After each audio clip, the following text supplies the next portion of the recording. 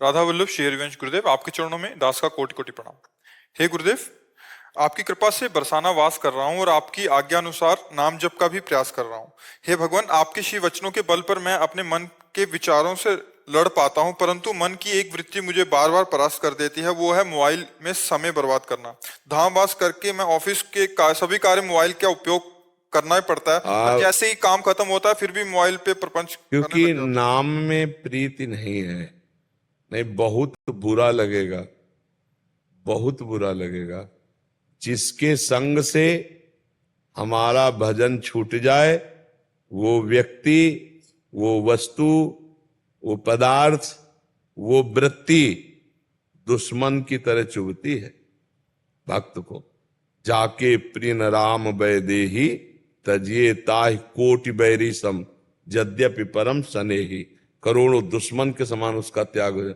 तो मोबाइल शत्रु नहीं है, मोबाइल मित्र है। मोबाइल से आप एकांतिक सुन सकते हैं, मोबाइल से आप सत्संग सुन सकते हैं, मोबाइल से आप भागवतिक बातें भी तो देख सकते हैं। तो आप भागवतिक बातें क्यों नहीं देखते जब भक्त है?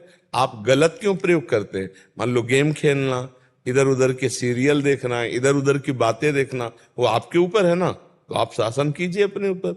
आप इतनी छूट, अरे जब 25 वर्ष 30 वर्ष पहले मोबाइल की रचना नहीं हुई थी, तब क्या भारत ने जी नहीं रहा था क्या कोई?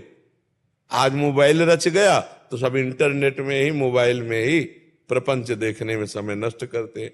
वो सहयोगी भी है, उसमें गुण भी है।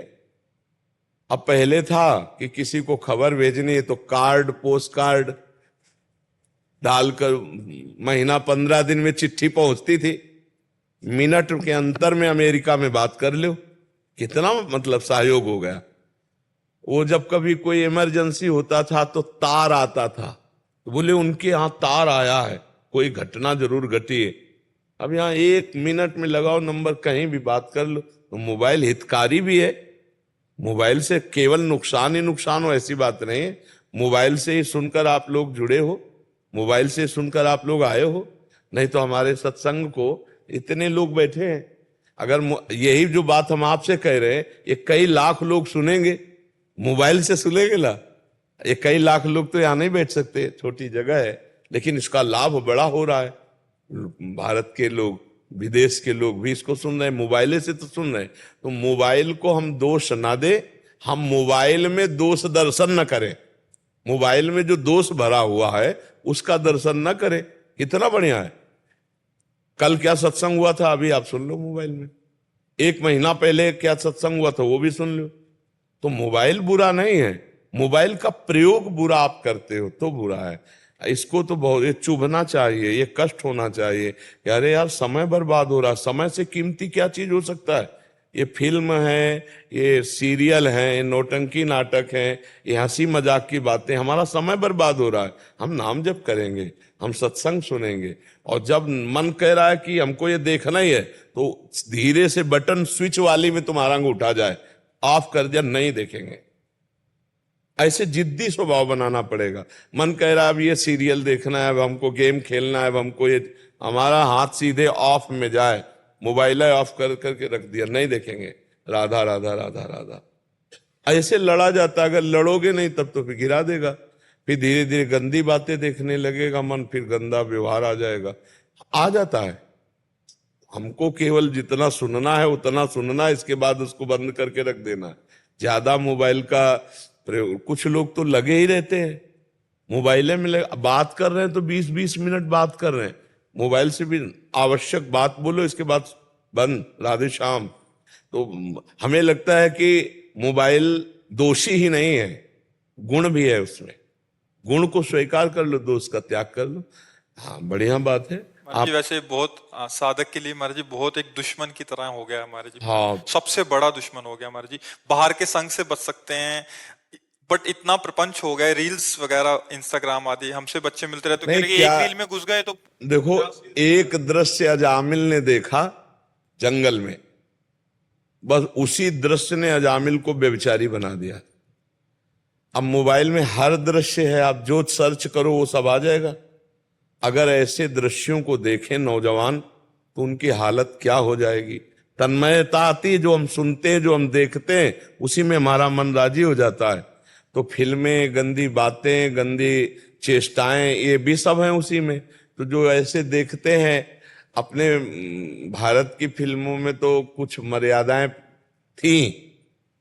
अब धीरे धीरे कोई ऐसा सीरियल नहीं जिसमें गंदी बात न दिखाई जाए, कोई ऐसा सीरियल नाटक नहीं जिसमें गंदी क्रिया को एक सीमा तक न दिखाया जाए। अब वो नए नए बच्चे बच्चियां, परिवार के सदस्य सब अब वही दिमाग में भरा कि यही सुख है। और अब वो उसको और खुला सर्च करें तो विदेशों में खुला बातें हैं, अपने यहाँ तो थोड़ा मर्यादा भी है।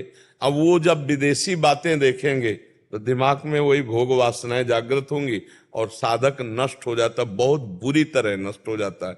आज साधुता बचाना बहुत कठिन है, क्योंकि आहार गलत और व्यवहार गलत। जिससे बचने के लिए हम बाबा जी बने, किससे बचने के लिए? संबंधों से, प्रपंच से, संसार से, और वो सब उसी में भरा हुआ है। न जाने कितने फोन नंबर, न जाने कितने से परिचय, न जाने कितनी प्रपंच। तो अब आए थे भजनन को औंटे लाख कपास, यही माया में फिर उसी में फंस गए।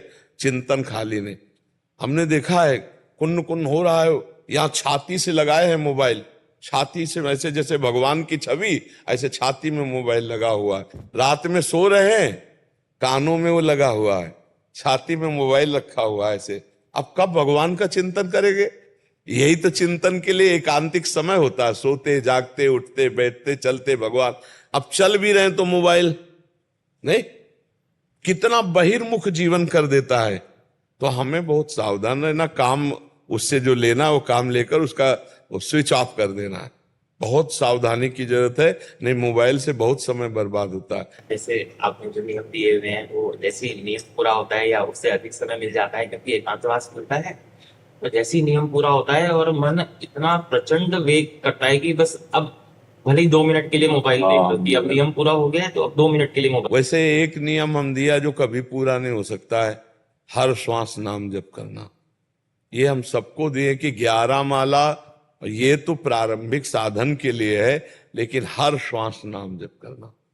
ये सत्संग में एकांतिक में, जैसे आपने पूछा तो अभी वो, तो ये नियम पूरा कब करोगे? इसका अभ्यास कब करोगे? नियम सब प्रेम के लिए है।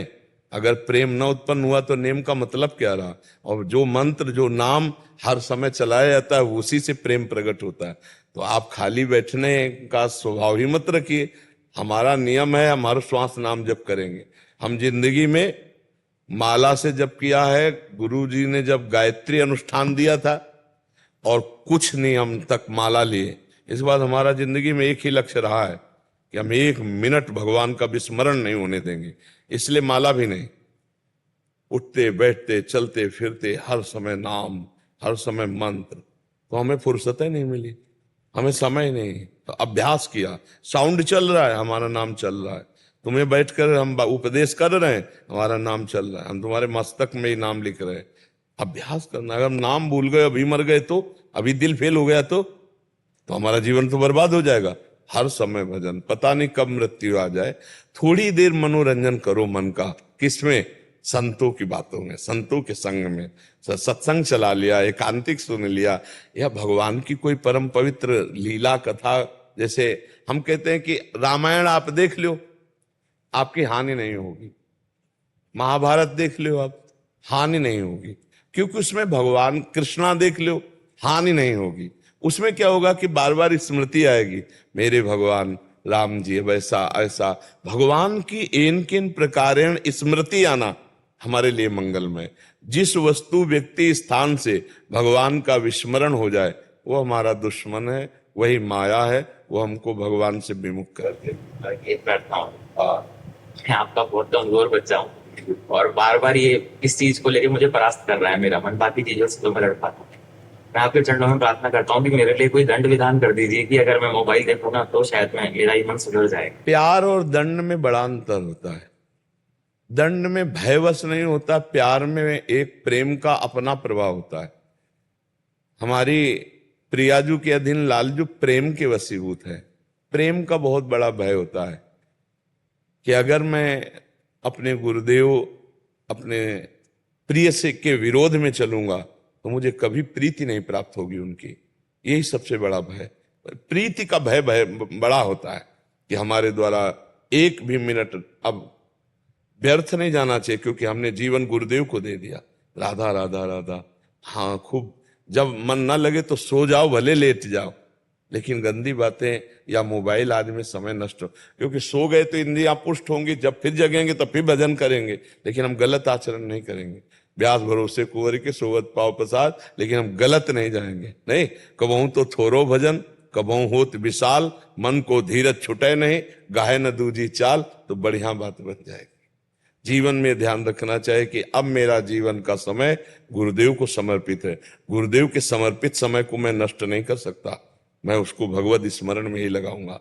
नहीं मन लग रहा तो मंदिर चले जाओ, खाली हुए लाडली जी के दर्शन करो, वहीं बैठे हैं, प्रियालाल के महल में बैठे हैं। मोबाइल को देखने से क्या है, आवश्यक काम का प्रयोग करके उसको शांत रखो, और धीरे धीरे मन को हटाया जाता है। आज से मोबाइल एकदम नहीं देखेंगे, फिर परेशान हो जाओगे। आप आधा घंटा देखते हो, 10 मिनट छोड़ो, 20 मिनट देखो, फिर 1 महीना व्यतीत करो, फिर 10 मिनट और हटा दिए, अब 10 मिनट देखा, फिर 5 मिनट हटा दिए, फिर बंद कर दिए। ऐसे जीता जाता है विषयों में। जो एकदम कसम खा लेते हो, 10-20 दिन के बाद एकदम टूट के फिर उसी में गिर जाते हैं। विषय धीरे धीरे छोड़ा जाता है, भजन बढ़ाया जाता है और धीरे धीरे छोड़ा जाता है। आज के बाद एकदम कसम खा ली मैं ऐसा नहीं करूंगा, नहीं चलेगा, महीना 2 महीना मुंह भरा गिरोगे। धीरे से उसे धीरे धीरे क्रम करके जितना छोड़ते चले जाओ,